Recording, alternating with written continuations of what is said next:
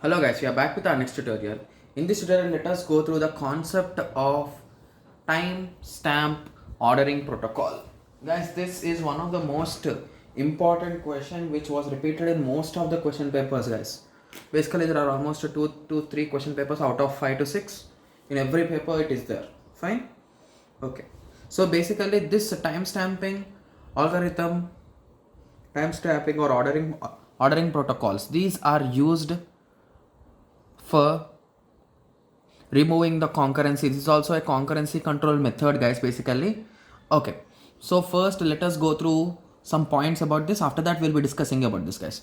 Okay, so basically for every transaction we will be assigning a particular time at which it came or at which it should complete. Like that, we will be assigning some particular times, so it should complete its works in that moment.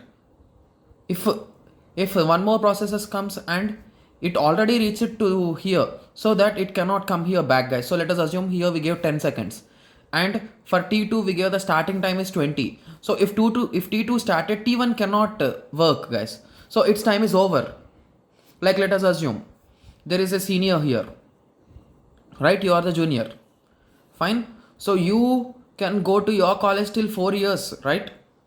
But senior already he completed its few years. So once he's already out of the college, can he go and sit in the classes, guys? Like you guys? No.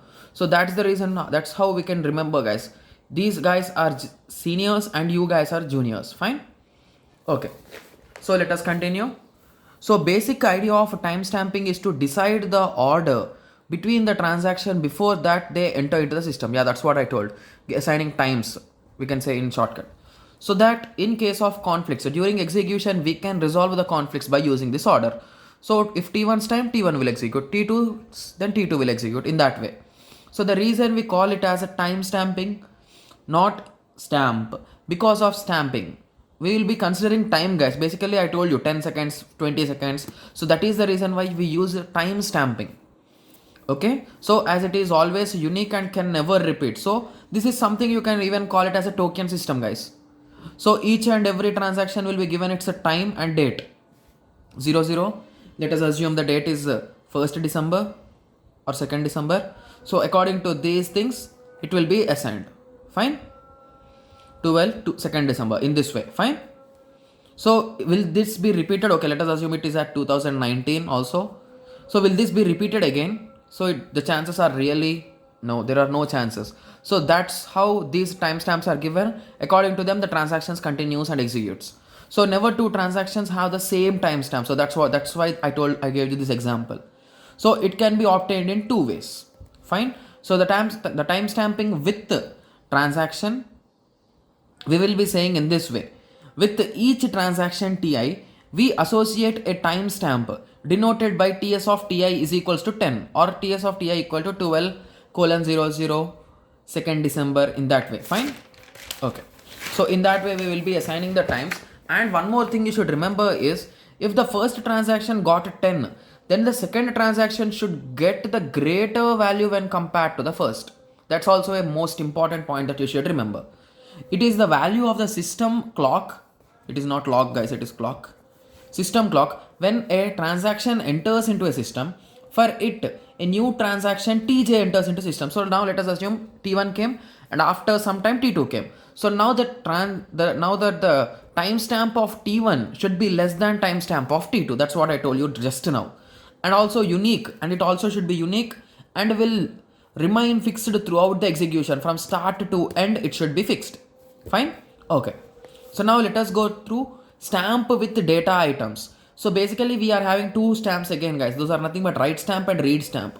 So basically we will be writing in this way: RTS or WTS. Fine. So RTS is nothing but the last write operation done. So let us assume there are multiple write operations done every hour. So now let us assume the time is 4 p.m. Fine. So from 1 p.m. the works are going. So at 1 p.m. we wrote something, at 2 p.m. we wrote, at 3 p.m. we wrote, at 4 p.m. we wrote. What is the latest thing we did? At 4 p.m. So in RTS we will be storing the last work that we did. Similarly, writing also, reading also, writing also. Fine. Okay. So stamp with data. For each data item Q, protocol maintains two stamps. Those are nothing but read item stamp. The last read operation executed time is stored, and write time stamp. The last return execution time is also stored. Fine. So I hope everyone got a small introduction idea on time stamping. Fine. So now let us go through the small two concepts, guys. Those are nothing but TI requesting for read and TI requesting for write. These are the few things which you should write in the exam perfectly, because these are really simple conditions, so you should read them perfectly, guys. Okay. So let us assume transaction, sorry, this is nothing but okay, let us go through the thing, guys. So Ti requests for read Q.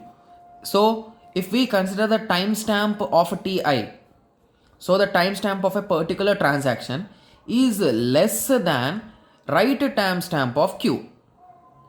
So if it is less than means this transaction is older, that is nothing but the senior, right? So this is the junior. Senior is the oldest guy, junior is the youngest guy, please remember. So TS of T1. So this is less than write timestamp of Q.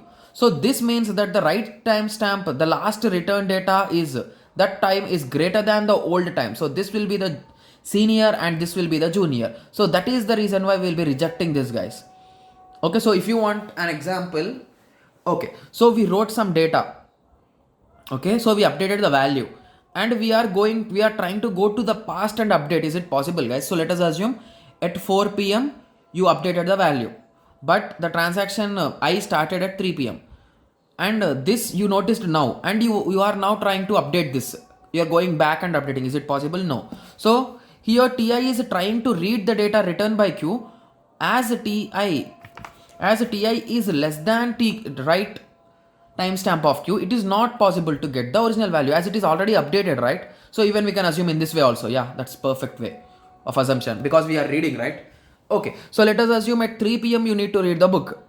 Okay, at 4 p.m. your friend told that he will be taking away the book from you. Fine. So at 4 p.m. you recognized that I should read the book. Then your friend was already took the book, right? So how can you read it? So that's the reason why we'll be rejecting this. So similarly, so if you came early, if your time is 4 p.m., you came at 3:30 and you took the book. So it is possible, right? So timestamp of Ti may be greater than write timestamp of Q. At this moment, you can get the original data, but instead of reading the book, you write reading the data.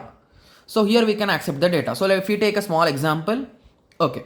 So timestamp of Ti is 10, timestamp of T2 is 20, timestamp of T3 is 30. Okay. So initially we did the write operation of A to be 100. Here also we did the write operation of A. Fine. Okay. So instead of read, you better write, guys. It will be better. Here you write read. Fine. Okay. Initially we wrote the data. We read the data. So at 20, T2 should read. But unfortunately T3 updated the data already. It wrote some data and it read the data. And now T2 is reading. Means it is not getting the original data which is passed by T1, right? So let us assume T1 wrote 10. And T2 wants to read 10, but T3 updated this to 30.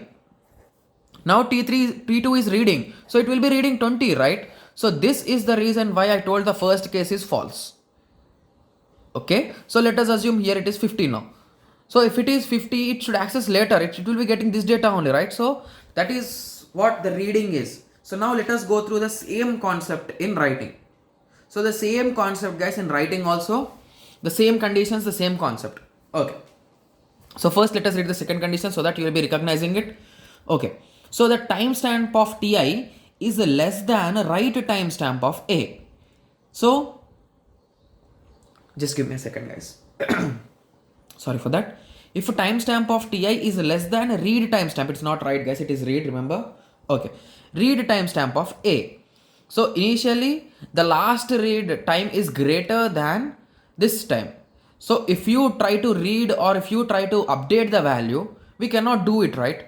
Okay, so let us assume that your time zone is T1 and your friend's time zone is T2. So let us assume this is 10 and this is 20. So you thought that you should play the game first, but unfortunately he already played the game and he already lost the game. Then how can you play or how can you do anything? Already it's done, right? So this T2 guy has already done because he's after you and the time has already crossed to 20. So that is the reason why it is not possible.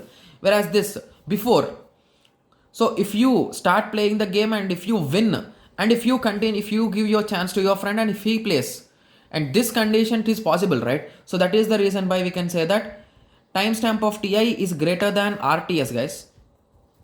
RTS of A or greater than WTS of A, then we will be allowing. So I hope everyone got a small idea, guys. Even I'll be confusing sometime in this topic, guys. So basically be perfect. Understand what I told. The examples which I told are correct, but the way how I told was not so good. I understand that. So I hope everyone got at least a small idea so that you can understand by reading it. Okay, fine. So if timestamp of Ti is less than write timestamp of Q. Okay, so here we are trying to do the write operation. So let us assume the last return data is at 20th second. Fine. So but you need to read the data at 10th second. So initially at 0th second the data is passed. Let us assume it is 10. So now the time is 30th second. Now the clock running at 30 seconds.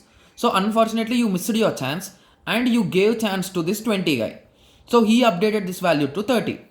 Now if you read this data, is this data your data that you need 10 but you are getting 30, right? So this is also rejected. This is the same property which we have studied the first, guys. So I hope everyone at least got a small idea on this. So now let us go through some properties of timestamping.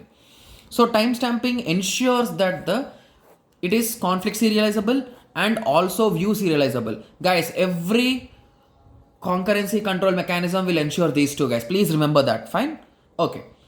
And possibility of dirty read is possible, and hence even retrieving of data and rollback is also a problem. But the main thing is that there will be no deadlocks. Fine. So if you draw a small thing for representation of timestamps in conflict serializability, it's also a part. So if you draw it combinedly, you can draw in this way, guys. This will be your timestamps, this will be your graphical representations, this will be your 2PL. Fine. Okay, so may suffer from starvation. Yes, there is a chance of starvation and relatively slow when we compare with all the 2PL and everything. So I hope everyone got a small idea on this. So in the next tutorial, we'll be going through Thomas Wright rule. Thank you. Thanks for watching.